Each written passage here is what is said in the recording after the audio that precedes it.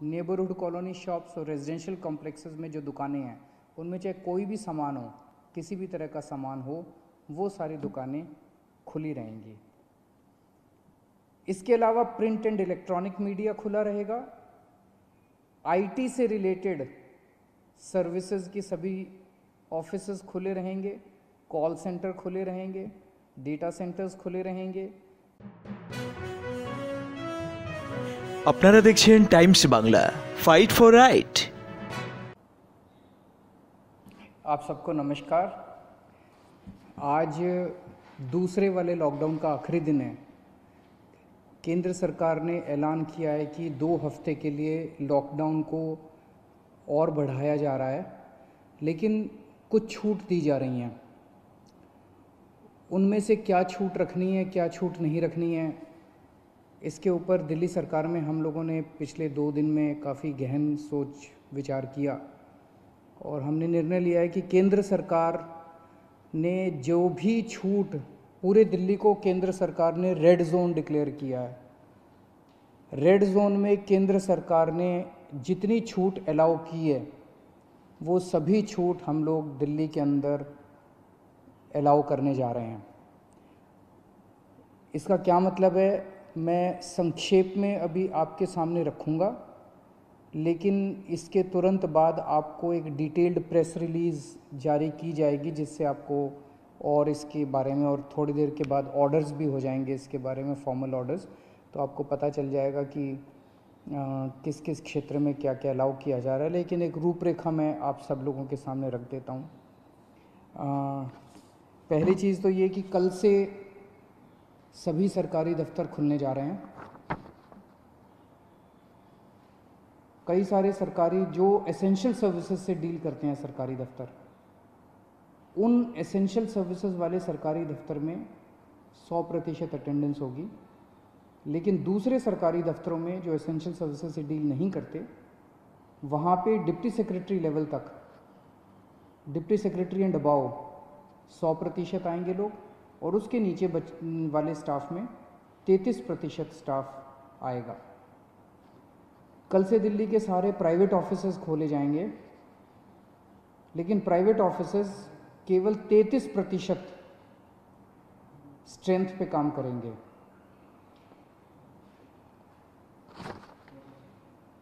लेकिन जो जो चीज़ें इस वक्त अलाउ नहीं की जा रही, air travel, rail travel, metro बंद रहेंगी, और अंतर्राज्यीय बसें बंद रहेंगी। अंतर्राज्यीय बसें भी और विद इन दिल्ली भी, दिल्ली के अंदर भी बसें नहीं चलेंगी और एक स्टेट से दूसरे स्टेट की बसें भी नहीं चलेंगी।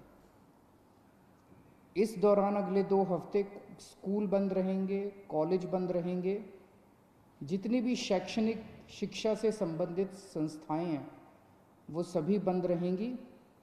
कोचिंग इंस्टीट्यूट्स बंद रहेंगे, सभी तरह के ट्रेनिंग इंस्टीट्यूट्स बंद रहेंगे। जो हॉस्पिटैलिटी सर्विसेज वाले हैं, सभी होटल, रेस्टोरेंट बंद रहेंगे।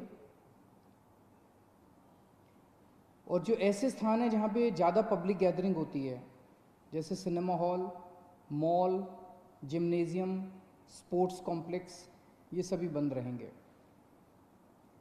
सोशल, पॉलिटिकल, कल्चरल या किसी भी तरह की अन्य गैदरिंग वो बंद है, वो अलाउ नहीं की जाएंगी। जो धार्मिक संस्थान हैं वो सभी बंद रहेंगे। Cycle rickshaw, auto rickshaw, taxi, cab aggregators, ये सब बंद रहेंगे। नाई की दुकान, बार्बर शॉप्स, स्पास एंड सलून्स, ये भी बंद रहेंगे। शाम को 7 बजे से सुबह 7 बजे तक लोगों का बाहर निकलना बंद रहेगा, अनलेस आपको कोई एसेंशियल सर्विसेज के लिए बाहर निकलना हो, कोई ज़रूरी मेडिकल सर्विस है, इस तरह से कोई चीज़ के लिए जो निकलना हो तो अलग बात है, कोई बीमार हो जाए। अदरवाइज शाम को 7 बजे से सुबह 7 बजे तक निकलना बंद रहेगा। 65 साल से ऊपर की उम्र के जो लोग हैं या जिन लोगों को कोमोर्बिडिटी है, कोई और बीमारी है, जैसे हार्ट की बीमारी है, डायबिटीज़ है, कैंसर है, सांस की बीमारी है, ऐसे लोगों को, जो गर्भवती महिलाएं हैं उनको, और जो बच्चे 10 साल से कम उम्र के हैं, इन लोगों को घर में रहना चाहिए। इन्हें घर में रहना होगा क्योंकि इनको कोरोना ज़्यादा होता है, और अगर कोरोना हो जाए तो जानलेवा इनके लिए साबित हो सकता है। तो 4 किस्म के लोग हैं जिन्हें घर में रहना होगा, अनलेस कोई मेडिकल इमरजेंसी ना आ जाए। उसके अलावा उन्हें घर में रहना है जो 65 साल से ऊपर की उम्र के हैं, जिनको कोई और बीमारी है, जो प्रेग्नेंट महिलाएं हैं, और जो 10 साल से कम उम्र के बच्चे हैं। इसके अलावा जो सेल्फ एम्प्लॉयड लोग हैं, टेक्नीशियन हैं, प्लम्बर हैं, इलेक्ट्रिशियन हैं, मैकेनिक हैं, सफाई कर्मचारी हैं, जो हमारे घर में काम करने वाले बाई आती है, लॉन्ड्री है, धोबी है, प्रेस वाला है, इस तरह के जो सेल्फ एम्प्लॉयड लोग हैं, उन लोगों को काम करने की इजाज़त है। उनको सबको काम करने की इजाज़त दी जा रही है।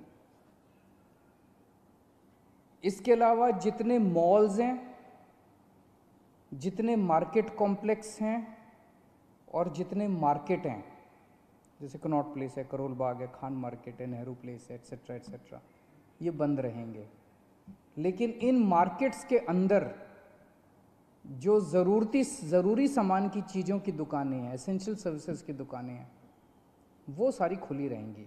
चाहे कोई मार्केट हो, चाहे मार्केट कॉम्प्लेक्स हो, ज़रूरी सामान की चीज़ें खुली रहेंगी, और किताबों की स्टेशनरी की दुकानें खुली रहेंगी।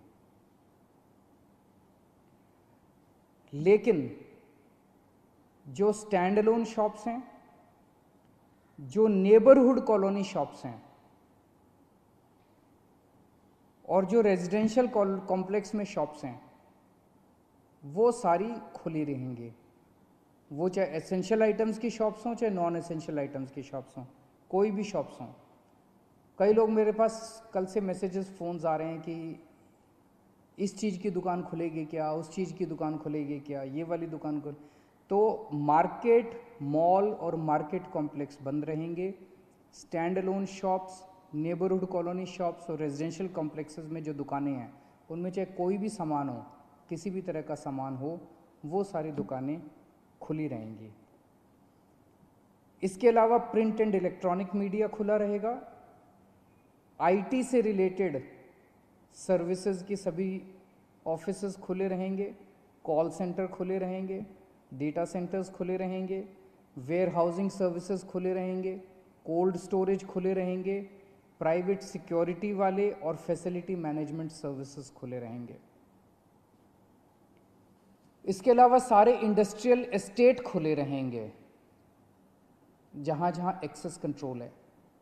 एक्सेस मतलब जो वहाँ पे अंदर जाने की, बाहर आने की, जहाँ जहाँ कंट्रोल है।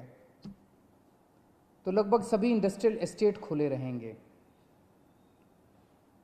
इसके अलावा जो एसेंशियल सर्विस, एसेंशियल गुड्स बनाने वाली मैन्युफैक्चरिंग यूनिट्स हैं, वो चाहे इंडस्ट्रियल एस्टेट में हो, चाहे इंडस्ट्रियल एस्टेट के बाहर हों, दवाई बनाने वाली, फार्मा की कंपनियां, मेडिकल डिवाइसेस बनाने वाली, उनके रॉ मटेरियल बनाने वाली, इंटरमीडिएरी बनाने वाली, या उसकी सप्लाई चेन से संबंधित कोई भी चीज़ें जो हैं, वो सारी मैन्युफैक्चरिंग यूनिट्स खुली रहेंगी। आईटी हार्डवेयर से संबंधित मैन्युफैक्चरिंग यूनिट्स खुली रहेंगी। पैकेजिंग मटेरियल के मैन्युफैक्चरिंग की यूनिट्स खुली रहेंगी। इसके अलावा ई कॉमर्स एक्टिविटीज़ केवल एसेंशियल गुड्स में परमिटेड है, नॉन एसेंशियल में ई कॉमर्स एक्टिविटीज़ परमिटेड नहीं है।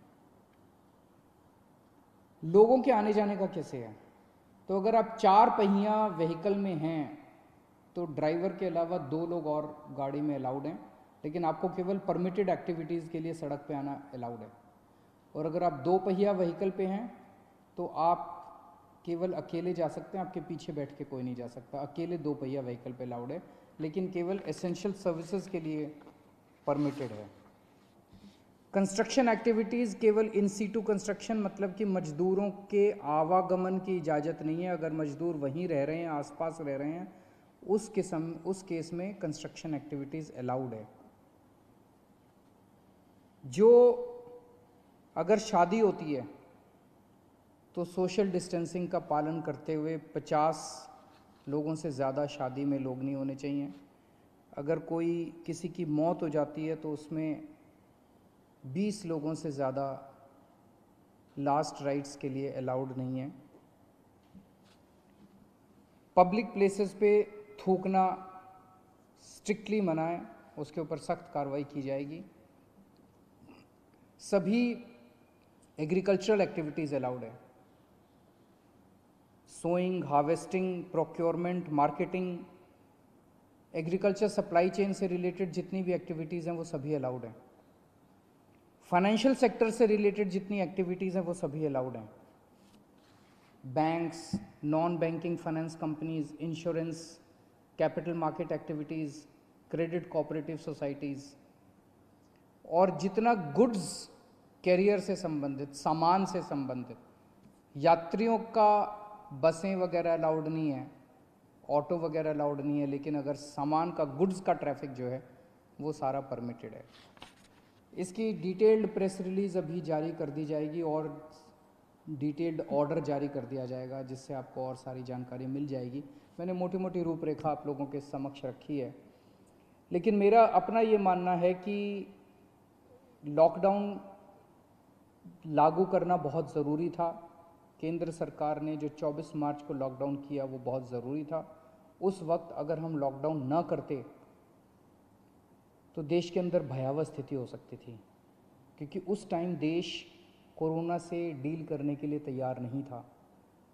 उस वक्त हमारे पास पीपी किट्स नहीं थे, टेस्टिंग किट्स नहीं थे, कुछ भी नहीं थे, अस्पताल तैयार नहीं थे, लोग तैयार नहीं थे, सोशल डिस्टेंसिंग का आइडिया नहीं था लोगों को। अब 1.5 महीने के बाद, लगभग 1.5 महीना हो गया, 1.5 महीने के बाद मुझे लगता है कि हम लोग, कम से कम दिल्ली की मैं बात कर रहा हूँ, दिल्ली आज लॉकडाउन खोलने के लिए तैयार है। पूरे दिल्ली को रेड जोन में रखा गया है। अभी तक हमने जितनी भी केंद्र सरकार से गाइडलाइंस आई, अच्छी गाइडलाइंस आई, बहुत अच्छी गाइडलाइंस आई, हमने सबका पालन किया। लेकिन अब पूरे दिल्ली को रेड जोन में कर देने से दो बड़ी समस्याएं पैदा हो। एक तो जनता को बहुत तकलीफ है, जनता के रोज़गार चले गए हैं, दुकानें बंद हैं, उससे व्यापारियों को बहुत ज़्यादा तकलीफ है, इंडस्ट्री बंद है, और बहुत सारी नौकरियां जा रही हैं, लोग दिल्ली छोड़ छोड़ के चले जाएंगे। अब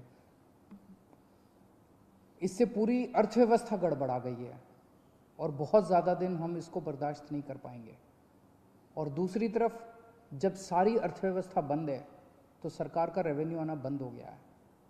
तनख्वाहें कहाँ से देंगे, सरकारें कैसे चलेंगी? बिल्कुल बंद हो गया सरकार का रेवेन्यू आना। पिछले महीने, अप्रैल के महीने में हर साल 3,500 करोड़ का रेवेन्यू आया करता था, इस बार केवल 300 करोड़ का रेवेन्यू आया है। इससे तो तनख्वाहें नहीं दी जा सकती, सरकार कैसे चलेगी? तो अब अर्थव्यवस्था का बड़ा संकट पैदा हो रहा है। तो मेरा अपना ये मानना है कि लॉकडाउन के पीरियड को हमें तैयारी करने के लिए, कोरोना की तैयारी करने के लिए इस्तेमाल करना चाहिए था, जिसका हमने भरपूर इस्तेमाल किया।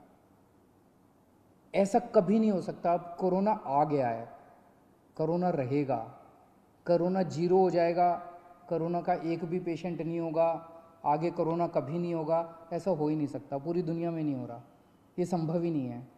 अब हमें कोरोना से जीने की, कोरोना के साथ जीने की तैयारी करनी पड़ेगी, इसकी आदत डालनी पड़ेगी। सरकारों को इसकी तैयारी करनी पड़ेगी, जनता को इसकी, हम सबको इसकी तैयारी करनी पड़ेगी, देश को इसकी तैयारी करनी पड़ेगी। आज दिल्ली इसके लिए तैयार है। हमने पर्याप्त उपाय कर लिए हैं, पर्याप्त व्यवस्थाएं कर ली हैं, अस्पतालों का इंतजाम कर लिया है, किट्स का इंतजाम कर लिया, सारी व्यवस्थाएं कर ली हैं। अगर लॉकडाउन पूरी तरह से दिल्ली में खोल दिया जाता है, हमने सुझाव दिया है केंद्र सरकार को कि जो जो कंटेनमेंट जोन हैं दिल्ली के अंदर, लगभग 97 कंटेनमेंट जोन्स बचे हैं, जो जो कंटेनमेंट जोन हैं उनको पूरी तरह से सील कर दिया जाए और बाकी दिल्ली को ग्रीन कर दिया जाए। बाकी दिल्ली के मार्केट खोल दिए जाएं। मार्केट में चाहे तो ऑड इवन कर दें, एक दिन और दुकानें खुलेंगी, एक दिन इवन दुकानें खुलेंगी, लेकिन अब दिल्ली को खोलने का समय आ गया है। हम उसके लिए तैयार हैं। हम केंद्र सरकार से बात भी कर रहे हैं और हमें पूरी उम्मीद है कि जल्द दिल्ली के मार्केट भी खुलेंगे, अर्थव्यवस्था भी खुलेगी। ऐसा होने से थोड़े केस बढ़ेंगे, लेकिन जो केस बढ़ेंगे उससे निपटने के लिए हम तैयार हैं। हमारा इस वक्त सबसे बड़ा 2 मकसद हैं। पहला मकसद है कि किस तरह से दिल्ली के अंदर कोरोना से होने वाली डेथ्स को कम किया जाए, और हम अभी तक काफ़ी कम करने में सक्षम रहे हैं, सफल रहे हैं। और दूसरा है कि कोरोना को कैसे फैलने से रोका जाए। वो बहुत ज़्यादा टेस्ट कर रहे हैं हम लोग, ताकि हमें पता चल सके कौन बीमार है, उसको इलाज करें और उसको ठीक करके उसके घर भेजें। तो मैं उम्मीद करता हूँ कि हम लोग आगे केंद्र सरकार को भी मनाने में सफल होंगे, और ये लॉकडाउन का पीरियड जो है, इसमें जो जो रिलैक्सेशंस दिए गए हैं, इन रिलैक्सेशंस से आप लोगों को सबको फ़ायदा होगा। बहुत बहुत शुक्रिया।